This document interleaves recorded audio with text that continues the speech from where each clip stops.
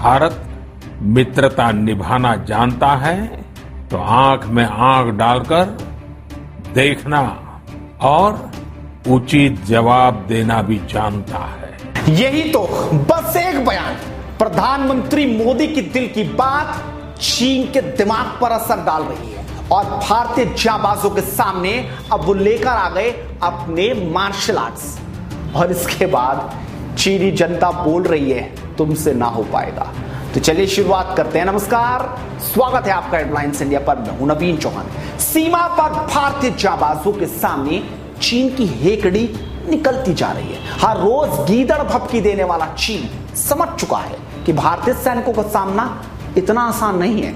लगातार रेतीली जगहों पर खड़े होकर वहां की सेना टिकटॉक वीडियो बनाने में बिजी है और अब तो वो भारतीय सेना से हार मान चुकी है और चीन को लाने पड़े मार्शल आर्ट्स, क्योंकि भारतीय प्रधानमंत्री नरेंद्र मोदी ने समझा दिया था साफ साफ शब्दों में।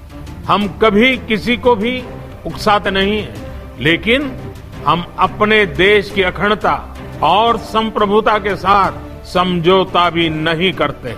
चीनी मीडिया के मुताबिक लाइन ऑफ एक्चुअल कंट्रोल यानी LAC पर चीन अपनी सेना को ट्रेनिंग देने के लिए 20 मार्शल आर्ट्स ट्रेनर तिब्बत भेज रहा है। 15 जून से पहले भी चीन ने मार्शल आर्ट्स लड़ाकों को तिब्बत भेजा था, लेकिन अब आप सोच रहे हैं कि आखिर कैसे भारत के सैनिक इनका सामना करेंगे। तो बड़ी दिलचस्प बात है, जरा समझ लीजिए। भारतीय सेना के घातक कमांडो वहां पहले से ही मौजूद हैं। सेना की हर यूनिट में घातक कमांडो होते हैं जो हथियारों के साथ साथ लड़ाई के अलावा बिना हथियारों की लड़ाई भी जानते हैं और उसमें माहिर होते हैं। चीन अपने इस कदम के जरिए भले ही माइंड गेम खेलने की कोशिश कर रहा हो, लेकिन भारतीय सेना में घातक कमांडो किस तरह से उनके चिथड़े उड़ाएंगे यह हर कोई जानता है। अब आपको दिखाते हैं कि जैसे उन्होंने मार्शल आर्ट्स वहां पर खड़े किए तो चीनी जनता किस तरह से अपनी सेना को जवाब देने से भी पीछे नहीं हट रही है। चाओ जीन कहते हैं CCP आर्मी किसी लायक नहीं है, वो केवल सेना में संख्या बढ़ाने के लिए भर्ती करती है। शायद भूल गए कि चाइना में मार्शल आर्ट इंडिया से ही आया है। चाओ झाओ कहते हैं क्या वर्तमान प्रशिक्षण प्राप्त नहीं है या 15 जून के पिछले सबक बहुत दर्दनाक थी। चीन मार्शल आर्ट्स में सैनिकों को प्रशिक्षित कर सकता है, लेकिन वे अपने सैनिकों में भारतीय सेना से लड़ने के लिए साहस कहां से लाएंगे। शी जिन कहते हैं हथियारों का प्रदर्शन करना और भारत को डराने की कोशिश करना यह दिखाता है कि चीन बहुत भयभीत है और अपने बारे में असुरक्षित महसूस करता है और अपनी क्षमता पर संदेह करता है। लाचू कहते हैं चीन इस समय इतना कमजोर है, वे अपने छोटे से प्रोपेगेंडा से क्या करना चाहते हैं, अपनी गलतियों को रोकने की कोशिश कर रहे हैं, कुछ नहीं कर पाओगे।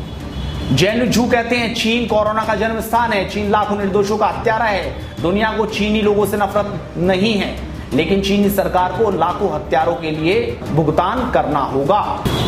तो देखा आपने, आखिरकार चीन का दिमाग थोड़ा सा खराब हो चुका है और इसीलिए अब वो क्या कर रहा है ये आपके सामने। लेकिन वहां की जनता अपनी सेना पर, अपनी सरकार को कटघरे में खड़ा करने से पीछे नहीं है। इस वीडियो को शेयर जरूर कीजिए और बेबाकी से खबरों को देखने के लिए चैनल को सब्सक्राइब कीजिए। नमस्कार।